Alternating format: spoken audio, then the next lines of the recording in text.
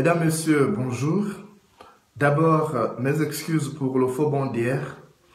Je n'ai pas pu mettre en ligne la vidéo que je vous ai promise à cause des difficultés techniques. Cela dit, nous allons revenir sur le drame survenu mercredi soir à Kembo, un quartier de Libreville, la capitale gabonaise. Une fillette de 3 ans, la petite Marie-Catherine Tsam Ovono, a été kidnappée par le voisin de ses parents et déportée dans la chambre de ce dernier où elle a été ensuite éventrée et vidée d'une partie de son sang. La petite fille n'est pas morte, contrairement à ce qui a été annoncé le soir même. Elle se trouve actuellement sur le lit de l'hôpital où elle lutte contre la mort. Ses bourreaux sont 3 jeunes gens, une fille de 18 ans, Adjomo Romeo Felicia, un jeune homme de 22 ans, dont Adamou Idriss, et un jeune béninois de 26 ans, Hamzat. Ce sont ces 3 jeunes personnes qui ont décidé d'ôter la vie à la petite fille. Elle n'a dû sa survie qu'à l'intervention prompte de sa mère, une sourde muette, et de ses voisins. Au plus fort de leurs recherches, ils se sont orientés vers la chambre occupée par Hamzat. C'est dans cette pièce, jouxtant l'habitation des parents de la petite fille, qu'ils ont découvert l'horreur.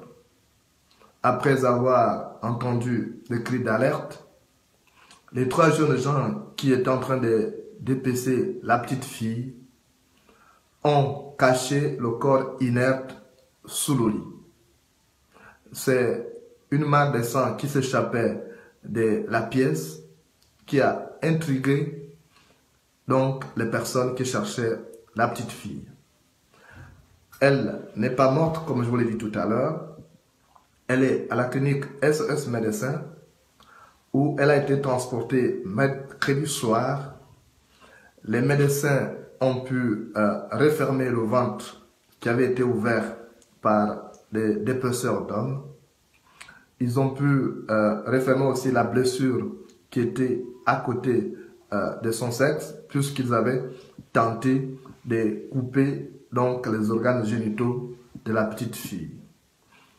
Elle n'est pas encore totalement sortie du danger.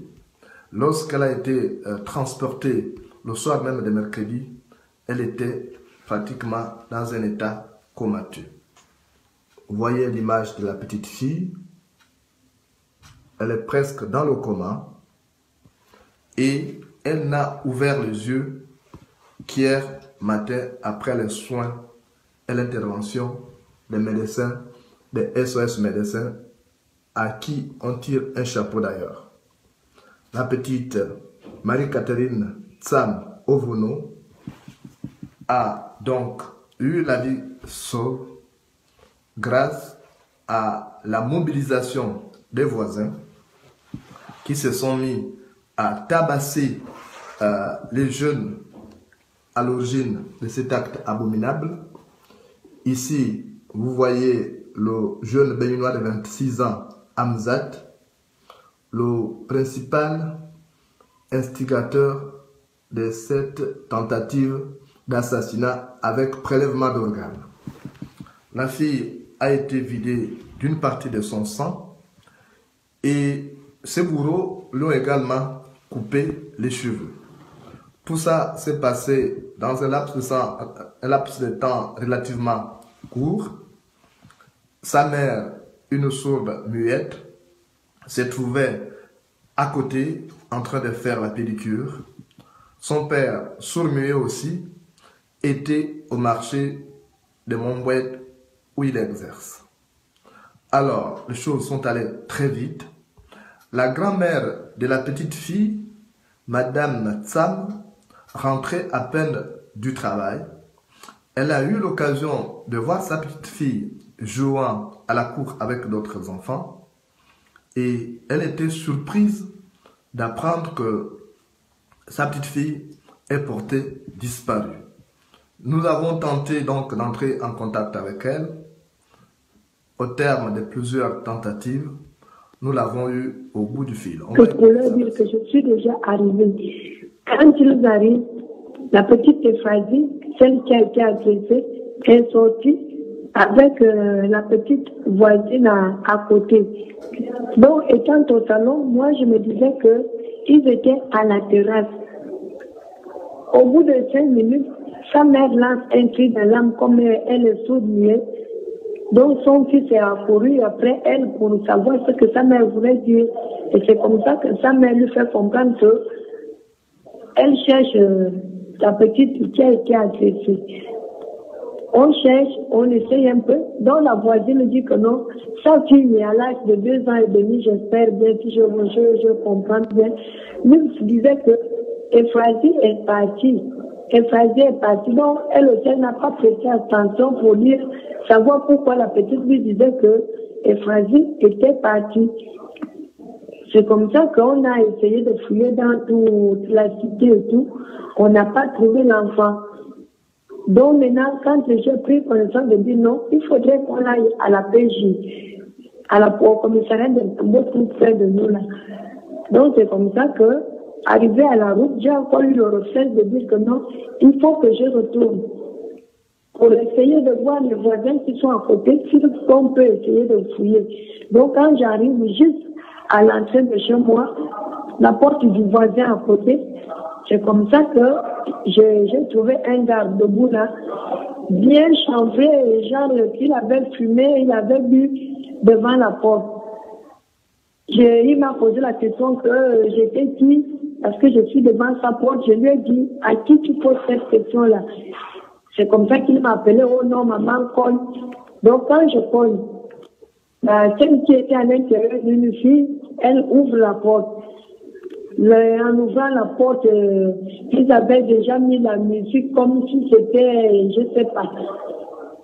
Même si quelqu'un était dans la chambre, tu ne pouvais pas comprendre ce que l'autre te dit parce que la musique était très forte. Et la lumière qui était à l'intérieur était comme si c'était des lumières de bois de nuit, quoi. C'est comme ça que je lui ai posé la question, est-ce que tu as déjà, vous n'avez pas vu l'enfant passer par ici? Elle est la première à me demander que l'enfant en question, est-ce qu'elle est brune?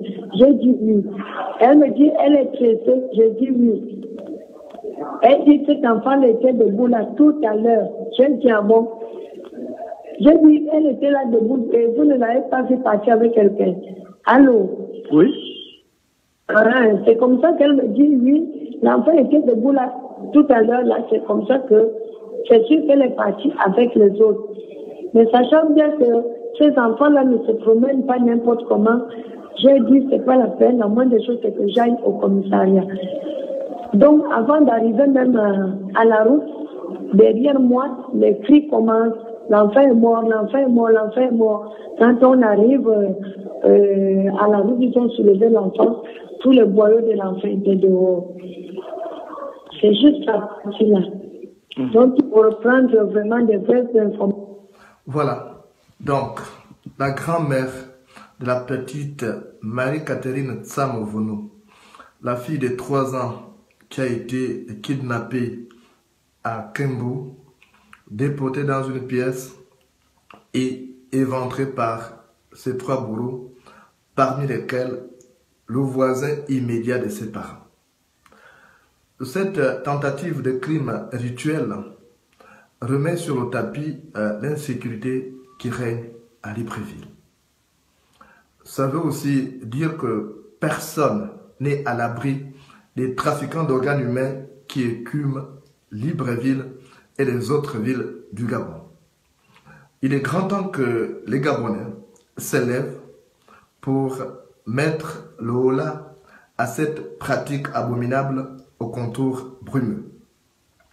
Les 3 jeunes gens sont actuellement sous main de justice. Ils sont gardés à vue à la police judiciaire et ils ont déclaré avoir été envoyés par un baron du régime d'Ali Bongo Ondimba, domicilié à Okala dans le premier arrondissement de Libreville.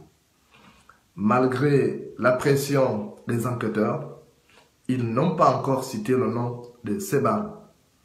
Bien au contraire, ils se votent dans un orgueil, convaincus qu'ils sont soutenus par le commanditaire de ce crime.